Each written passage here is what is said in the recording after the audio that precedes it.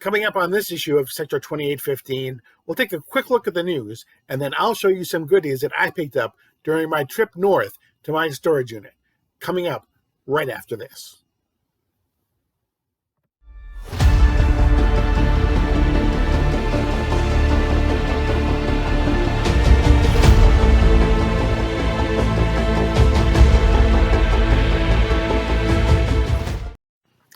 Hello, and welcome back to issue number 3 of Sector 2815.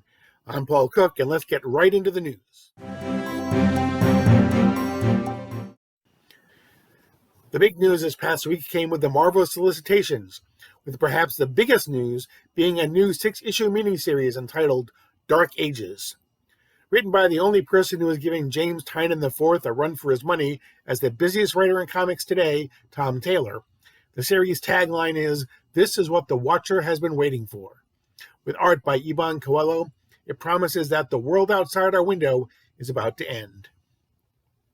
In addition, in a surprise to everyone except for prolific Instagrammer Omega Red, Onslaught returns in the one-shot X-Men: The Onslaught Revelation by writer Cy Spurrier and artist Bob Quinn, as the X-Men's greatest foe slithers in the minds of its senior leaders.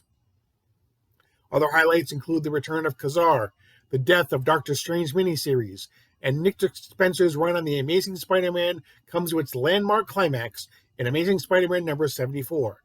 That's number 875 for all you legacy folks out there. And that's a quick look at the news.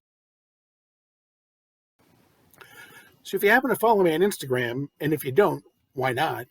It's Cook with an E, the number 1616. But if you do follow me, you know that I recently went back north to visit my storage unit where I have about 2/3 of my total comic book collection. I went back to just kind of plow through and see what I might have there, and I got through about 1/3 to 1/2 of all the comic books that I have up north. I also visited some local comic book shops while I was there to see what they might have. And what I did was I pulled out a whole bunch from my comic book collection, brought them back with me to Florida. I'll be sending them off to CGC to get graded, and we'll see what they come back as. So over the course of the next few weeks, I'll be showing you some of the comics that I pulled out of my collection and some other ones that I purchased while I was there. You'll recognize most of them because they are pretty popular, but hopefully you'll have a good time in seeing what I was able to find. So we're going to start off with Marvel, and the first one I want to show you is Amazing Spider-Man number 4. This is by Dan Slott and Humberto Ramos. This is the first appearance of Silk.